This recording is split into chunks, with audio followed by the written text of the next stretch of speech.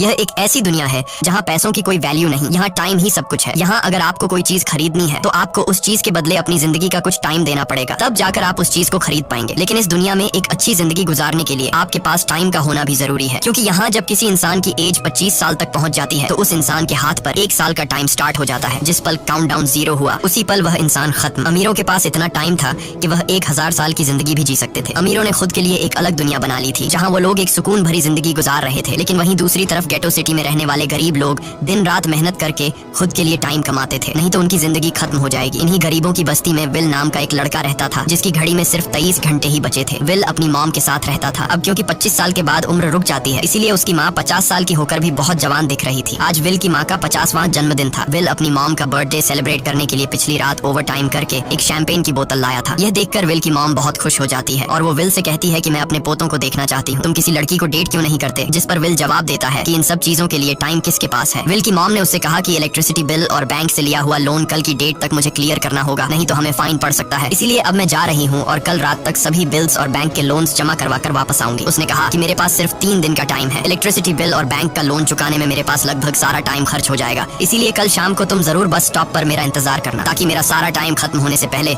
मैं तुमसे कुछ टाइम ले सकूं। इस पर विल ने कहा ठीक है, मैं टाइम पर पहुंच जाऊंगा। जाने से पहले विल की माँ विल के हाथ को छूकर उसकी बॉडी में 30 मिनट ट्रांसफर करती है ताकि विल अच्छा नाश्ता खरीद कर खा सके। इसके बाद दोनों अपने अपने काम पर निकल गए। रास्ते में विल के पास एक छोटी बच्ची आती है। वो विल को एक कैप्सूल देकर विल से उसका थोड़ा सा टाइम मांगती है। विल मुस्कुराते हुए उस छोटी बच्ची को कैप्सूल में अपनी जिंदगी का 5 मिनट का टाइम दे देता है और वह चली जाती है। यहाँ हमें पता चलता है कि यह लोग अपने टाइम को एक कैप्सूल में स्टोर भी कर सकते हैं, जिससे यह लोग कभी भी यूज और ट्रांसफर कर सकते हैं। इसके बाद विल काम के लिए फैक्ट्री पहुंच जाता है। काम शुरू करने से पहले वह कॉफी लेने जाता है, लेकिन वहाँ वह देखता है कि हर एक चीज का दाम डबल हो गया है। जहाँ पहले कॉफी 2 मिनट की मिलती थी, अब उसका प्राइस डबल होकर 4 मिनट हो चुका है। यहाँ पर कभी भी किसी चीज का भी दाम बढ़ा दिया जाता है बिना किसी अनाउंसमेंट के। ये बात विल को बहुत बुरी लगती है। मजबूरी में विल ने भी कॉफी के लिए अपनी जिंदगी के 4 मिनट पे किए और काम पर लग गया। दिन भर के काम के बाद रात के वक्त विल अपने दोस्त के साथ एक बार में जाता है। विल का दोस्त एक नंबर का शराबी था। वह हर वक्त शराब के नशे में टली रहता। विल का दोस्त विल को इशारे में बताता है कि वह आदमी सबको फ्री में दारू पिला रहा है और उसके पास बहुत ज्यादा टाइम है। ये सुनकर विल ने जब उस आदमी की तरफ देखा तो उसे चारों तरफ से लड़कियों ने घेरा हुआ था। विल की जब उस आदमी की घड़ी पर नजर गई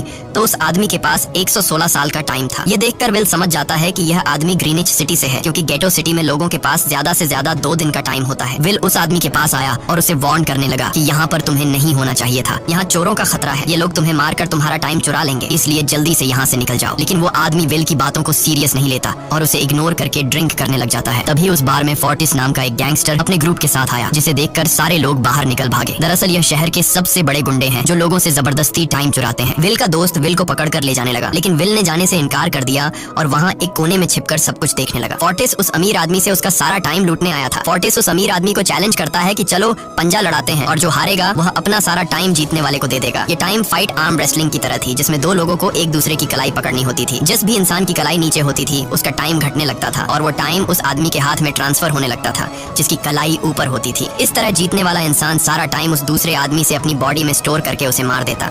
फोर्टिस उस आदमी से कहता है क्या तुम इसके लिए तैयार हो? इस पर उस अमीर आदमी ने कहा कि मैंने बहुत ज्यादा ड्रिंक की हुई है, इसलिए मुझे कुछ टाइम चाहिए, उसके बाद मैं तुम्हारे चैलेंज के लिए तैयार हूँ। फोर्टिस कहता है कि ठीक है, ये तुम्हारी आखिरी ख्वाहिश है, जाओ, मैं तुम्हें तैयार होने के लिए कुछ मिनट देता हूँ। फोर्टिस उसके साथ अपना एक आदमी भी भेज देता है ताकि यह भाग न सके। वो अमीर आदमी बाथरूम में आकर बहुत ज्यादा उल्टियां करने लग जाता है क्योंकि उसे काफी चढ़ गई थी, इसलिए अगर वो इस हालत में फोर्टिस से पंजा लड़ता तो इस अमीर आदमी का हारना कंफर्म था। तभी विल वहाँ पर आ जाता है। वो फोर्टिस के आदमी को मारकर उस अमीर आदमी को अपने साथ उस जगह से बाहर निकाल लेता है और उसे फोर्टिस से बचाकर एक सेफ जगह पे ले आया। विल ने उस अमीर आदमी से कहा कि मैंने तुमसे कहा भी कि तुम्हारी जान को खतरा है, तुम जानबूझकर अपना टाइम क्यों बर्बाद कर रहे हो? वो आदमी विल को अपना नाम हेनरी बताता है और वो विल से पूछता है कि तुम्हारी उम्र कितनी है? विल ने बताया 28 साल। हेनरी ने कहा मेरी उम्र 105 साल है और अब मैं जिंदगी से थक चुका हूँ। मैंने अपनी लाइफ में हर एक चीज का मजा लिया है और अब मुझे इस जिंदगी की जरूरत नहीं है, मैं जीना नहीं चाहता। ये सुनकर विल ने हैरानी से पूछा आखिर तुम कहना क्या चाहते हो? इस पर हेनरी ने कहा लगता है तुम अब तक हकीकत से अनजान हो। क्या तुमने कभी सोचा है कि इस दुनिया में अलग अलग टाइम जोन्स क्यों बनाए गए हैं? आखिर क्यों तुम्हारे टाइम जोन गेटो में किसी भी वक्त चीजों के दाम और टैक्स बढ़ा दिए जाते हैं? दरअसल महंगाई जानबूझकर बढ़ा दी जाती है ताकि गरीब लोग मरते रहें और उनकी मौत का फायदा ग्रीनविच टाइम जोन के अमीर लोगों को होता रहे। असल में ये सारा सिस्टम उन्हीं का बनाया हुआ है। जरा सोचो, वहाँ ग्रीनविच टाइम जोन में लोगों के पास जीने के लिए हजारों साल हैं, लेकिन यहाँ गेटो में तुम लोग हर रोज जीने के लिए मेहनत मजदूरी करते हो। ऐसा इसलिए है क्योंकि उन्होंने तुम्हें यह करने के लिए मजबूर किया है। वो लोग तुम लोगों को ज्यादा टाइम देना ही नहीं चाहते ताकि तुम लोग मजबूरी में उनके लिए काम करते रहो। वो लोग महंगाई बढ़ाकर तुम्हें ज्यादा से ज्यादा टाइम खर्च करने पर मजबूर करते हैं ताकि तुम्हारे टाइम से वो हमेशा की जिंदगी जी सके। उन्होंने अपनी जिंदगी का हर एक दिन गरीबों की मौत से इकट्ठा किया है और मैं ऐसी जिंदगी बिल्कुल भी नहीं जीना चाहता जो किसी गरीब मजबूर इंसान की मौत से मिली हो। ये सब सुनकर विल समझ गया कि हेनरी बहुत ही नेक दिल इंसान है। हेनरी ने विल से आगे पूछा, अगर तुम्हारे पास मेरे जितना टाइम होता तो तुम क्या करते? विल ने मुस्कुराकर कहा कि सबसे पहले मैं बार बार टाइम को देखना छोड़ देता, क्योंकि उस वक्त भी विल के पास सिर्फ 18 घंटे होते हैं। वो सोने से पहले, सोने के बाद, खाना खाते टाइम हर वक्त अपनी घड़ी देखता रहता है, क्योंकि मुझे डर लगता है कि कहीं मेरा टाइम खत्म न हो जाए और मैं मर न जाऊं। विल कहता है कि मेरी माम घर संभालने के लिए बहुत ज्यादा मेहनत करती है। अगर मेरे पास तुम्हारी तरह इतना ज्यादा टाइम होता तो मैं अपनी माम के लिए ग्रीनविच सिटी में एक अच्छा घर खरीदता और हम दोनों वहाँ पर खुशी से जिंदगी गुजारते। इसके बाद विल ने हेनरी से कहा, आज रात हमें यहीं रुकना होगा, सुबह तक खतरा टल जाएगा, तब तुम वापस अपने घर लौट जाना। इसके बाद ये दोनों सो जाते हैं। सुबह उठकर हेनरी देखता है कि विल अभी भी सो रहा है। वो विल के पास आता है और उसके पास जितना भी टाइम होता है वो सारा का सारा विल को ट्रांसफर कर देता है और अपने पास कुछ ही मिनट बचाकर एक ब्रिज के ऊपर जाकर बैठ जाता है। विल जब नींद से जागा तो उसने देखा कि हेनरी वहाँ से जा चुका है।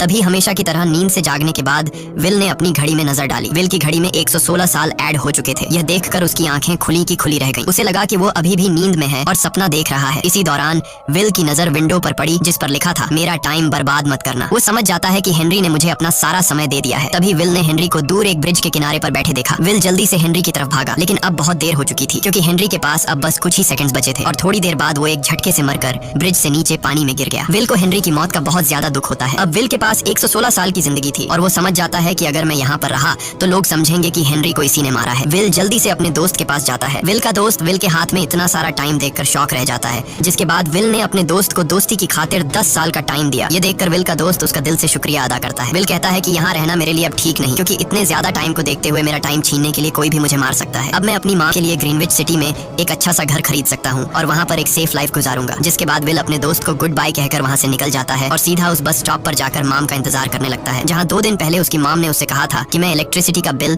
और बैंक का लोन चुकाकर इस बस स्टॉप पर पहुंचूंगी। दूसरी तरफ विल की माम सारे लोन और बिल्स भरने के बाद घर लौटने के लिए बस में चढ़ी, पर तभी उसे पता लगा कि एक ही दिन में बस की टिकट के दाम डबल हो गए थे। पहले जहाँ टिकट 1 घंटे में आती थी वहीं अब प्राइस 2 घंटे हो गया था। ये देखकर विल की माम बहुत ज्यादा परेशान हो जाती है, क्योंकि विल की माम के पास सिर्फ 1.5 घंटा बचा था। विल की माम बस ड्राइवर से रिक्वेस्ट करती है कि अगले स्टॉप पर मेरा बेटा उसे बाकी का टाइम दे देगा, लेकिन बस ड्राइवर ने साफ इनकार कर दिया और कहा कि अगर टाइम नहीं है तो फिर पैदल चली जाओ। लेकिन विल की माम को पता था कि अगला बस स्टॉप बहुत दूर है, अगर वह पैदल भी जाती है तो उसे पहुंचने में 2 घंटे लगेंगे। उस वक्त बस में ढेर सारे पैसेंजर्स सवार थे। विल की माम ने उनसे भी रिक्वेस्ट की, पर किसी ने भी उनकी मदद नहीं की। इतने में ही बस वहाँ से निकल गई। विल की माम रेचल के पास ज्यादा टाइम नहीं बचा था, इसलिए वह दौड़ती हुई पैदल घर की तरफ भागने लगी। दूसरी तरफ विल अपनी माम के लिए फूलों का गुलदस्ता लिए बस स्टॉप पर उनका इंतजार कर रहा था, क्योंकि आज उसे अपनी माम का बर्थडे सेलिब्रेट करना था। बस जब उस स्टॉप पर पहुंची तो कई सारे पैसेंजर्स उतर आए, पर उनमें से विल की माम नहीं थी। विल यह देखकर परेशान हो जाता है और उसे समझ आ गया कि जरूर उसकी माम मुसीबत में है। वह उसी वक्त अपनी माम की तलाश में भागा। उधर रेचल के पास अब कुछ ही मिनट बचे थे। वह रास्ते में आने वाली गाड़ियों और लोगों के घरों का दरवाजा पीट पीट कर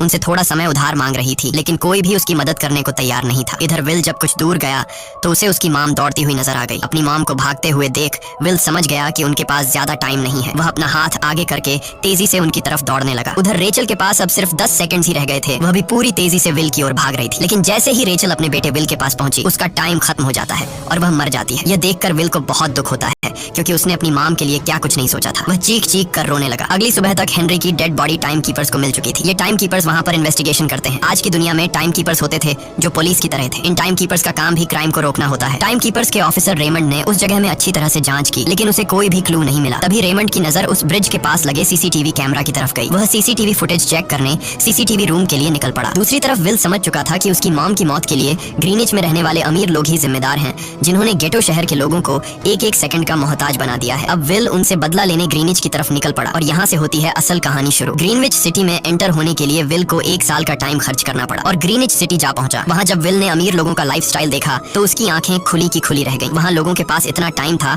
कि वो लोग मरने का नाम तक भूल गए थे। यहाँ पर अमीर लोग के बॉडीगार्ड के पास भी 100 साल से भी ज्यादा का टाइम था। ये देखकर विल गुस्से से लाल हो जाता है, क्योंकि विल जिस शहर से आया था वहाँ पर लोगों के पास सिर्फ 24 घंटे की जिंदगी थी। विल वहाँ एक महंगे होटल में रुकता है। खाना खाते दौरान एक बहुत ही खूबसूरत लड़की विल को देखती है, जैसे उसे विल पसंद आ गया हो। दूसरी तरफ टाइम कीपर रेमंड हेनरी की मौत के वक्त का सीसीटीवी फुटेज चेक कर रहा था। तभी उसे फुटेज में विल दिखाई देता है। हालांकि कैमरा ने हेनरी को ब्रिज से गिरते हुए रिकॉर्ड नहीं किया था, लेकिन उस फुटेज में विल ब्रिज के पास खड़ा नजर आ रहा था, जिससे रेमंड को विल पर शक होने लगा। इसलिए रेमंड ने अपनी टीम को को विल के बारे में जानकारी इकट्ठा करने को कहा। रिसर्च के दौरान टाइम कीपर्स को यह बात पता चल जाती है कि विल नाम का एक आदमी बहुत सारा टाइम खर्च करके ग्रीनविच सिटी में एंटर हो गया है, जिससे रेमंड को यह बात कंफर्म हो जाती है कि विल ने ही हेनरी को मारा है। रेमंड उसी वक्त अपनी टीम के साथ ग्रीनविच शहर की ओर रवाना